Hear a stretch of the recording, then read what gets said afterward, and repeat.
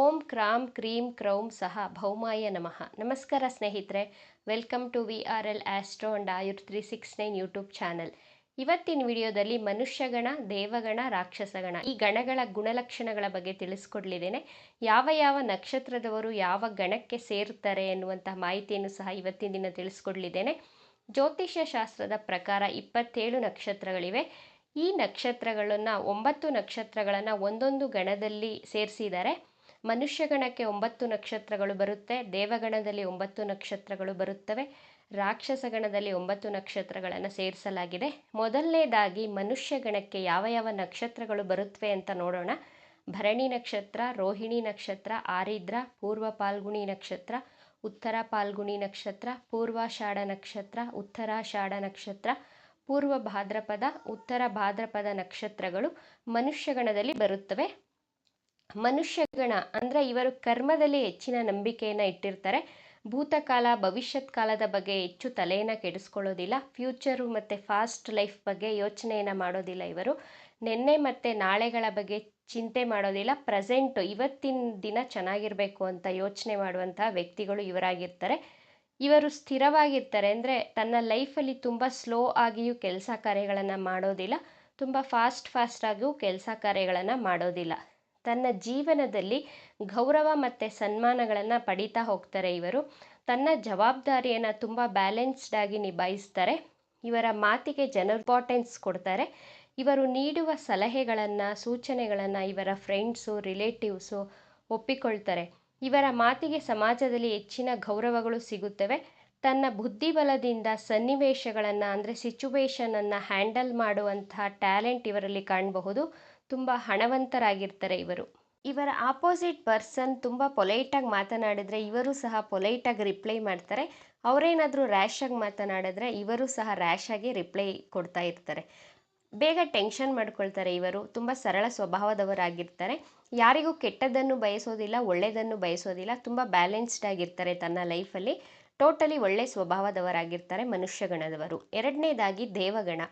ದೇವಗಣದಲ್ಲಿ ಯಾವ ಯಾವ ನಕ್ಷತ್ರಗಳು ಬರುತ್ತವೆ ಅಂತ ನೋಡೋಣ. ಅಶ್ವಿನಿ ನಕ್ಷತ್ರ, ಮೃಗಶಿರ, ಪುನರ್ವಸು, ಪುಷ್ಯ, ಹಸ್ತ, ಸ್ವಾತಿ, ಅನುರಾಧ ನಕ್ಷತ್ರ, ರೇವತಿ, ಶ್ರವಣ ನಕ್ಷತ್ರದವರು ದೇವಗಣಕ್ಕೆ ಸೇರಿರುತ್ತಾರೆ.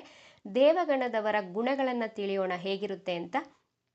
ದೇವಗಣದವರು ಬಹಳ ಸೌಮ್ಯವಾಗಿರ್ತಾರೆ, ಹೃದಯವಂತರಾಗಿರ್ತಾರೆ, ಮನಸ್ಸಿನಿಂದ ತುಂಬ ಒಳ್ಳೆಯವರಾಗಿರ್ತಾರೆ, ದಾನ ಧರ್ಮದಲ್ಲಿ ಹೆಚ್ಚು ನಂಬಿಕೆಯನ್ನು ಇಟ್ಟಿರ್ತಾರೆ.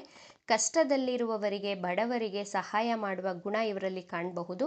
ಕಡಿಮೆ ಭೋಜನವನ್ನು ಮಾಡುವವರಾಗಿರ್ತಾರೆ, ಅಂದರೆ ಡಿಫ್ರೆಂಟ್ ಟೈಪ್ಸ್ ಆಫ್ ಫುಡ್ ಇವರು ಇಷ್ಟಪಡ್ತಾರೆ. ಬಟ್ ಊಟ ತಿಂಡಿಗಳನ್ನು ಲಿಮಿಟೆಡ್ ಆಗಿ ತಗೊಳ್ತಾರೆ.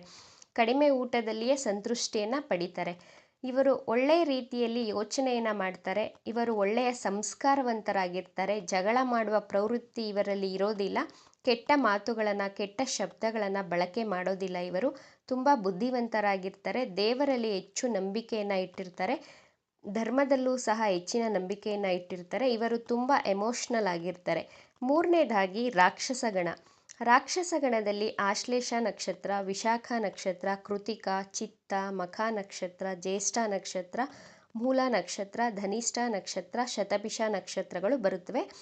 ರಾಕ್ಷಸಗಣ ಅಂದಿದ ತಕ್ಷಣ ಹೆದರ್ಕೊಳ್ಳೋ ಅವಶ್ಯಕತೆ ಇಲ್ಲ. ಇವರೇನು ರಾಕ್ಷಸರಾಗಿರೋದಿಲ್ಲ.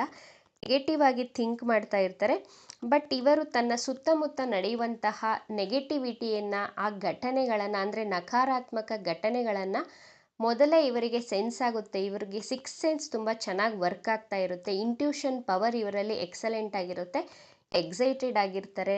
ಉನ್ನತ ಪದವಿಯನ್ನು ಪಡಿಬೇಕು, ಬೇಗ ಬೇಗ ಹೈಯರ್ ಪೊಸಿಷನ್ಗೆ ರೀಚ್ ಆಗಬೇಕು ಅಂತ ಯಾವಾಗಲೂ ಇವರ ಥಾಟ್ ಪ್ರಾಸೆಸ್ ಈ ರೀತಿ ಓಡ್ತಾ ಇರುತ್ತೆ. ಯಾವಾಗಲೂ ಫಸ್ಟ್ ಪ್ಲೇಸಲ್ಲೇ ಇರಬೇಕು ಅನ್ಕೋತಾರೆ. ತುಂಬ ಎನರ್ಜೆಟಿಕ್ ಆಗಿರ್ತಾರೆ, ಉತ್ಸಾಹಭರಿತವಾಗಿರ್ತಾರೆ ಇವರು. ಹಾಗೆ ಹೆಚ್ಚು ಕೋಪವನ್ನು ಮಾಡ್ಕೊಳ್ತಾರೆ. ತುಂಬ ಕಟುವಾಗಿ ಮಾತನಾಡ್ತಾರೆ. ಕೋಪ ಬಂದಾಗ ಯಾವುದೇ ಸಿಚುವೇಶನ್ ಆಗಲಿ, ಅಂದರೆ ಕ್ರಿಟಿಕಲ್ ಸಿಚುವೇಶನ್ ಬಂದರೂ ತನ್ನ ಲೈಫಲ್ಲಿ ಎದುರ್ಕೊಳ್ಳೋದಿಲ್ಲ. ತುಂಬ ಧೈರ್ಯವಾಗಿ ಅದನ್ನು ಫೇಸ್ ಮಾಡಿ ಹೋರಾಟ ಮಾಡುವಂತಹ ಗುಣ ಇವರಲ್ಲಿ ಕಾಣಬಹುದು. ಇವರು ಸ್ವತಂತ್ರವಾಗಿರಲು ಇಷ್ಟಪಡ್ತಾರೆ. ಇವರಿಗೆ ಯಾರಾದರೂ ಆರ್ಡರ್ ಮಾಡಿದ್ರೆ ಇಷ್ಟ ಆಗೋದಿಲ್ಲ. ಇವರು ಕೇಳೋದು ಇಲ್ಲ. ತನ್ನ ಮನಸ್ಸಿಗೆ ಅನ್ನಿಸಿದ ಹಾಗೆ ನಡೆಯುವವರಾಗಿರ್ತಾರೆ ಇವರು. ಇವರ ಇಚ್ಛಾಶಕ್ತಿ ತುಂಬ ಎಕ್ಸಲೆಂಟ್ ಆಗಿರುತ್ತೆ. ಇವರು ಮೆಡಿಟೇಷನ್ ಮಾಡೋದ್ರಿಂದ ಇವರ ಕೋಪವನ್ನು, ನೆಗೆಟಿವ್ ಥಾಟ್ಸನ್ನು ಕಡಿಮೆ ಮಾಡ್ಕೊಳ್ಬಹುದು. ಲೈಫನ್ನು ತುಂಬ ಬ್ಯಾಲೆನ್ಸ್ಡ್ ಆಗಿ ಇಟ್ಕೊಳ್ಬಹುದು. ಇವಿಷ್ಟು 3 ಗಣಗಳ ಗುಣಲಕ್ಷಣಗಳಾಗಿತ್ತು. ಈ ವಿಡಿಯೋ ನಿಮಗೆ ಇಷ್ಟ ಆಗಿದೆ ಅಂತ ಭಾವಿಸ್ತೇನೆ. ಇಷ್ಟ ಆಗಿದ್ದರೆ ನಮ್ಮ ಚಾನಲನ್ನು ತಪ್ಪದೇ ಸಬ್ಸ್ಕ್ರೈಬ್ ಮಾಡ್ಕೊಳ್ಳಿ. ಈ ವಿಡಿಯೋಗೆ ಒಂದು ಲೈಕ್ ಕೊಡೋದನ್ನು ಮರಿಬೇಡಿ. ಈ ವಿಡಿಯೋವನ್ನು ನಿಮ್ಮ ಫ್ರೆಂಡ್ಸ್ ಆ್ಯಂಡ್ ಫ್ಯಾಮಿಲಿ ಗ್ರೂಪಲ್ಲಿ ಹೆಚ್ಚು ಶೇರ್ ಮಾಡಿ. ನಿಮ್ಮ ಅಭಿಪ್ರಾಯಗಳನ್ನು ತಪ್ಪದೇ ಕಮೆಂಟ್ ಬಾಕ್ಸ್ನಲ್ಲಿ ತಿಳಿಸಿ. Thank you friends.